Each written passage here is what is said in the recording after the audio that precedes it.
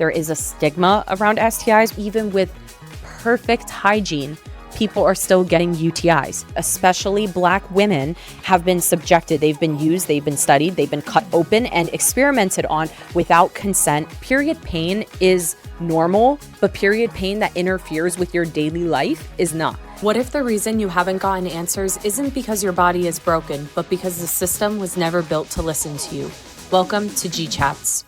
Hi guys, welcome back to G Chats with your host, Gianna Jara, in the G spot as always. Today's episode is different from last week's. Last week was a rant. This week, I'm going to be teaching you something, and that something is going to be how to read your microbiome test like a biomedical engineer. So I wanted to do this because I've been very vocal about how I believe microbiome testing is the new gold standard for vaginal healthcare. I think one of the flaws that does exist in modern gynecology is you don't regularly get your vaginal microbiome's composition evaluated. The only time that the vagina typically gets swabbed is if there are symptoms. And the reason why I believe that that is an issue is because A, we know that you can be asymptomatic and still have a vaginal microbiome imbalance, which leaving a microbiome imbalance untreated can actually lead to pelvic inflammatory disease, endometritis,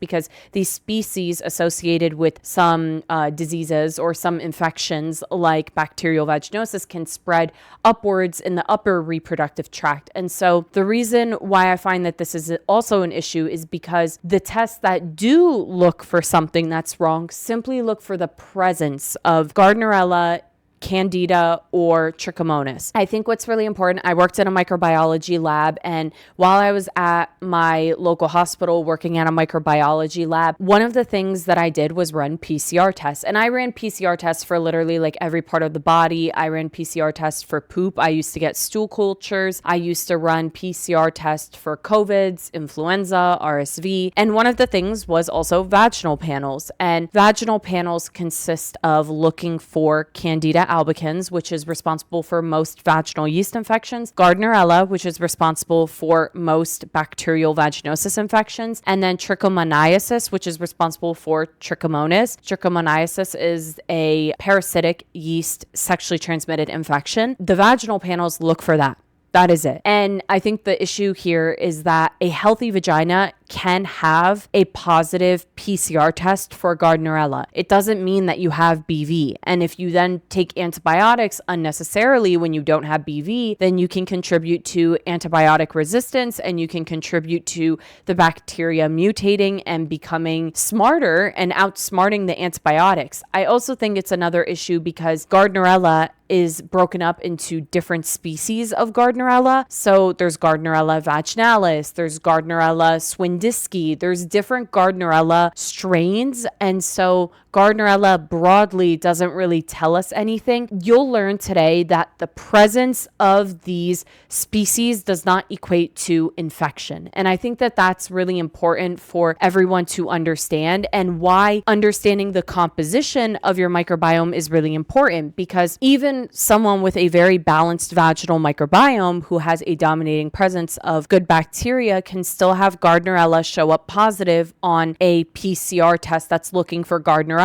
because it's just trying to detect that species, and detecting it does not equate to infection. I wanted to start off with that so that you understand why I really love microbiome testing and why I do believe that they are the gold standard. And one of the things that I need to be honest about is that they're probably a little confusing, microbiome testing. That is why I wanted to kind of run through in this episode how to actually read your vaginal microbiome test results, because I do see this all the time where people reach out to me and actually send me their microbiome testing results and ask me for my opinion. And while I don't give medical advice, I can give some insights on like what it is revealing, and I want to help teach you guys in a broader way through an episode like this so that you guys can learn how to read these results. Because someone usually like takes a test, they open the report, and then they see a bunch of percentages and different bacteria names and that they've never heard of, and they start to panic. I get it. Like, that is a scary thing, and it's something that can really cause you to spiral very quickly. And sometimes even if you're not spiraling, you're just completely overwhelmed by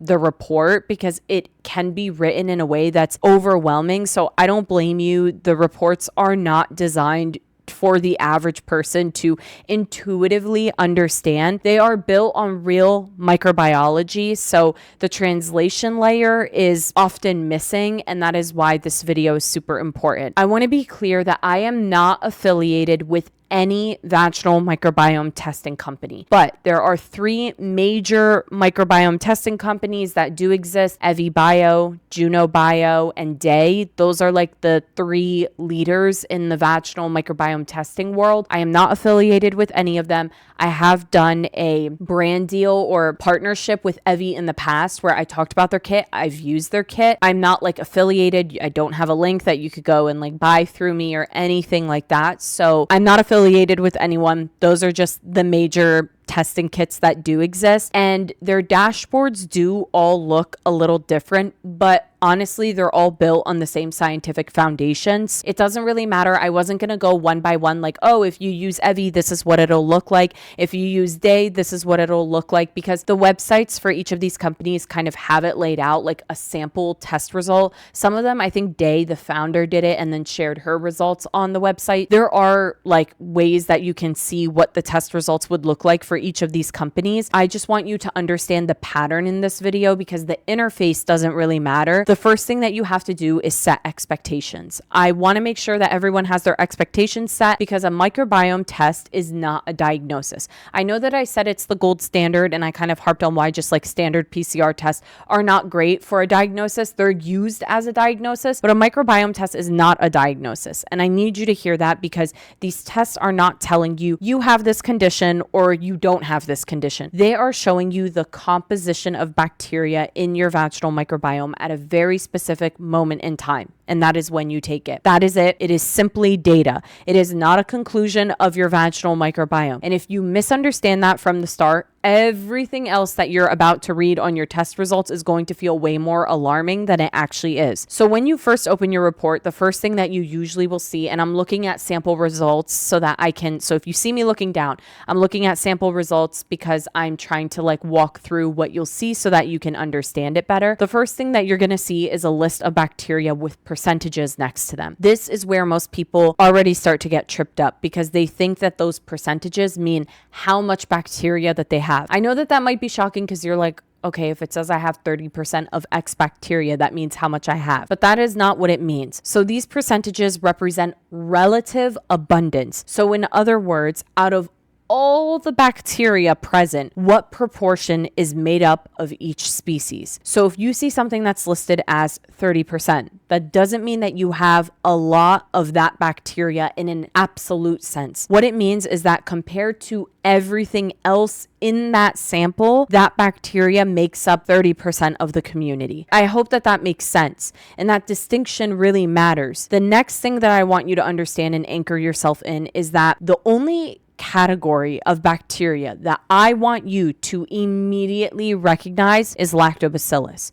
So if you see lactobacillus on your report, that is your protective bacteria. And this is a group of bacteria that helps maintain an acidic environment, produces lactic acid, and it plays a major role in keeping the vaginal microbiome stable and resilient. But I do want to go a layer deeper because this is something that almost no one ever explains. Not all lactobacillus is created equal. So yes, I just said lactobacillus is the one I want you to familiarize yourself with. It is the one that is associated with a protective state, but you can see different strains of lactobacillus, and knowing which strains actually are protective is important. So you might see something like Lactobacillus crispatus, which is considered one of the most protective species. It produces a strong acidic environment and it's associated again with a very stable microbiome. You might see something else like Lactobacillus iners. Now, Lactobacillus iners is a lactobacillus species, but it behaves very different. Lactobacillus iners is most often associated with a transitional or unstable microbiome state. So when the microbiome is beginning to shift from healthy to maybe unhealthy or balanced to imbalance,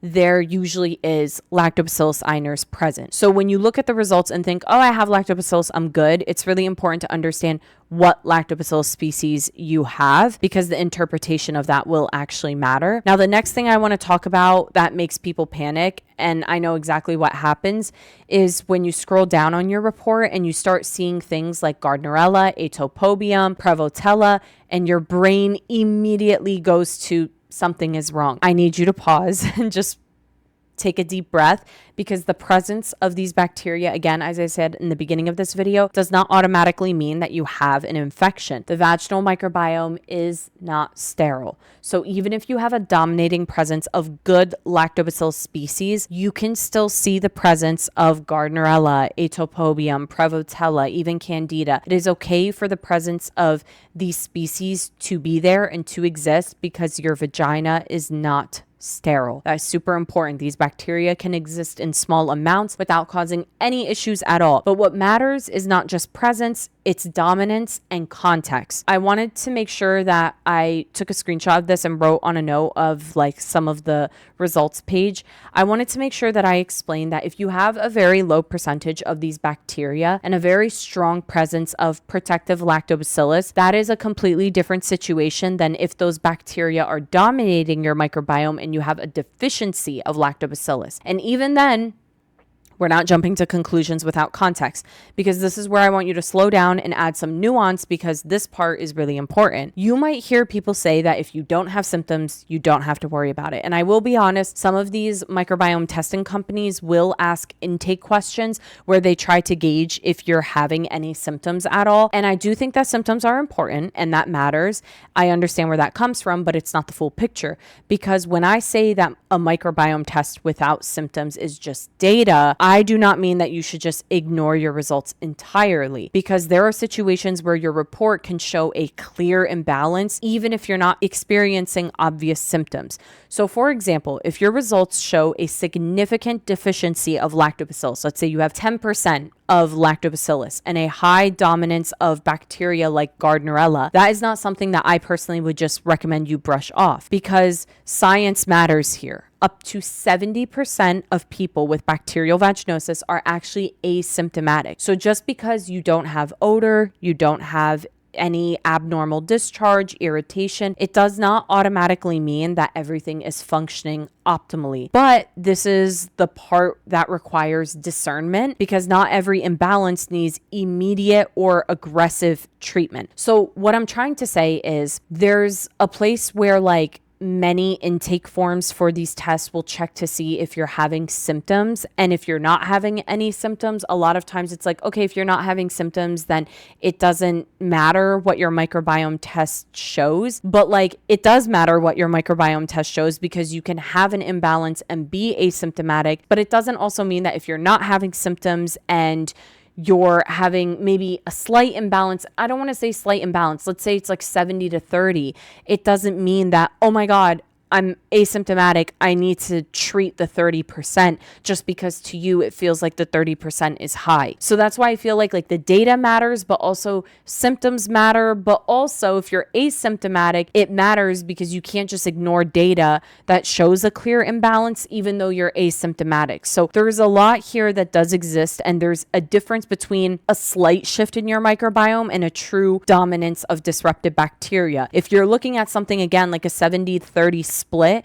where disruptive bacteria are clearly dominating and lactobacillus, I'm flipping the situation, in this case lactobacillus is now low, that's a meaningful signal even if you're asymptomatic. So you have 70% Gardnerella, 30% lactobacillus, whereas small percentages or minor fluctuations is not something that you need to jump immediately on. So if that was flipped and it's 70% lactobacillus, 30% Gardnerella, especially if you're asymptomatic, it's not something that immediately needs attention, because over treating, especially when you don't have symptoms, can actually destabilize your microbiome further and create the exact cycle that you're trying to avoid. So 70-30 is still balanced. There's a dominating presence of lactobacillus. You might want to watch it. This is why I recommend, maybe quarterly testing your vaginal microbiome. It's not something to just ignore, but your microbiome is stable, especially if you're not having any obvious symptoms or seeing changes in your vaginal microbiome, you're not noticing any change in odor and things like that, then I really wouldn't worry much about a 70-30. If it's the opposite, even if you're asymptomatic, yes, that's a red flag. You have to zoom out, and it's not just, do I have symptoms or not? It's what patterns is my body showing me and how significant is that pattern? And that's basically like summarizing this entire like section and what's like really important about it. Now, I do want to talk about another layer to this that almost no one talks about, but these tests can actually reveal something super important. And it's that sometimes people assume that more lactobacillus is better. And that is not always true either, because there is a condition that's called cytolytic vaginosis. And it's where lactobacillus becomes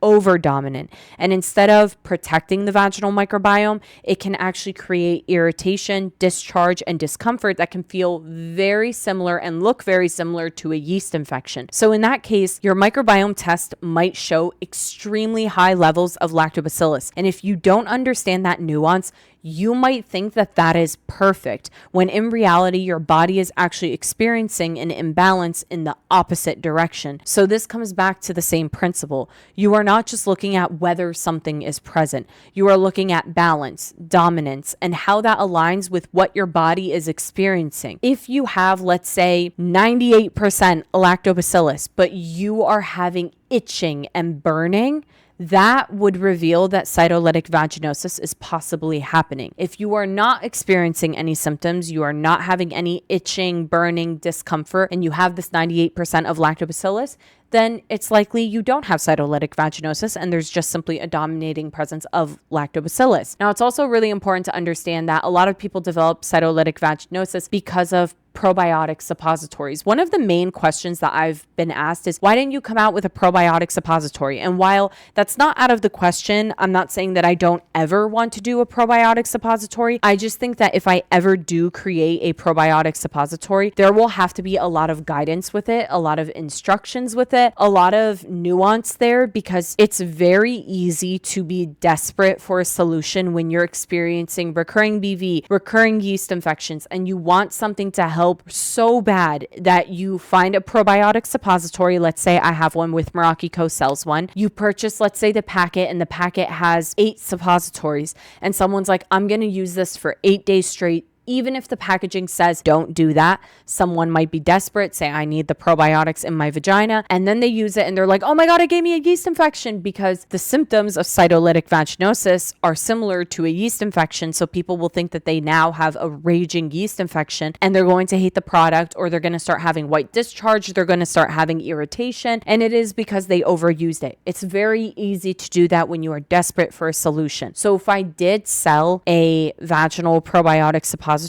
it would be very clear, even with the packaging, like this is a weekly basis thing for 3 weeks or something of that nature. I don't know what that would be yet. I'm not in the works of creating it at all. There would just have to be a lot of thought behind it before I sell a probiotic suppository, because I just think it's just so easy to overuse it and then trigger a condition like cytolytic vaginosis. And because a lot of people don't regularly use vaginal microbiome testing kits, or better yet, the doctor's office doesn't usually test for cytolytic vaginosis because they don't actually recognize cytolytic vaginosis as a thing. You might have cytolytic vaginosis and not know it and self-diagnose yourself with a yeast infection, and then you're causing more harm than good by treating a yeast infection when a yeast infection doesn't exist. That can be like a very confusing and tricky situation to be in that I want to make sure you guys don't end up in. Now, I do want to move into another concept of what you'll see on the vaginal microbiome testing kits, and it depends on the company, but you might see something along the lines of type or a classification of your microbiome. So this is based on how scientists will group the vaginal microbiomes together depending on which bacteria is dominant. So instead of getting lost in terminology, because this part can be very confusing, I want you to think about it in a much simpler way. Ask yourself this looking at your results. Is your microbiome lactobacillus dominant, or is it more diverse? In the gut, for example, diversity is often considered a good thing. You want a lot of diversity in your gut microbiome. Now, in the vagina,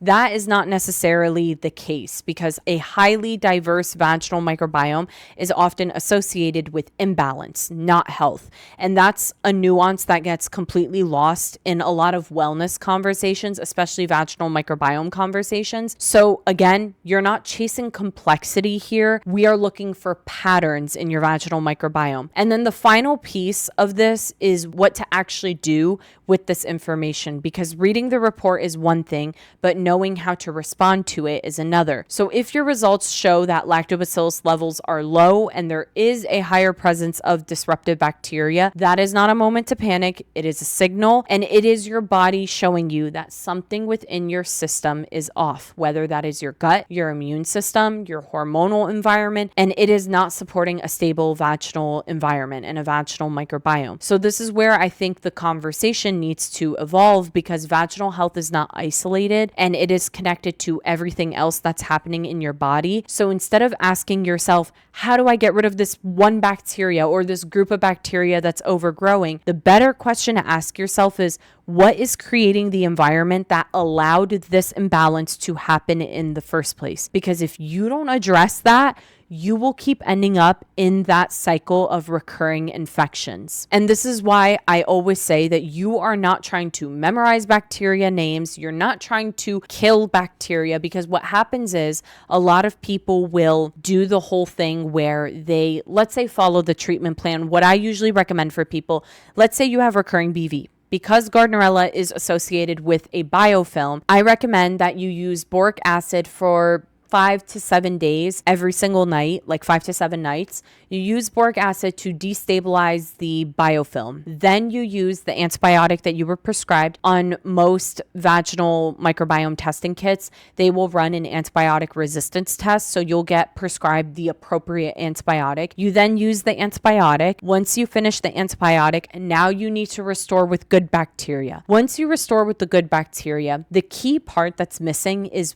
what's making you lose the good bacteria, right? If you restore it and then say, okay, I'm done, but you never got to the root cause of what made you lose the good bacteria, it's possible that you'll lose the good bacteria again and end up in the cycle again. So restoring and maintaining the good bacteria is super important. You have to restore and then maintain it. I recommend taking probiotics over a course of time. Like you don't have to stop your probiotics. You can keep taking your probiotics. But the key is, what is interfering with the probiotics? What is making you lose the good bacteria? Is it stress? Is it your gut? Is it your hormones? Is it your immune system? What is that? Identifying that is so crucial, more important than just killing off the bacteria and more important than just memorizing bad bacteria's names, because you are trying to understand patterns within your body. But this is also why interpreting these test results is not about labeling bacteria as good or bad. I don't like saying Gardnerella is a bad guy. Gardnerella is an opportunistic guy. It will take the opportunity to cause problems if good bacteria is not there. Now, good bacteria like lactobacillus, I'm going to call it good, but not all bad bacteria is bad. Not all, obvious STIs, yes, chlamydia, gonorrhea, these guys are bad. But Gardnerella, Prevotella, Atopobium, Candida, they're not inherently bad. They're normal to exist in your vagina. Even group B strep, it's not inherently bad. It just becomes bad in certain cases, especially when it has the opportunity to be bad. So it's about understanding when something has crossed the line from coexistence into imbalance.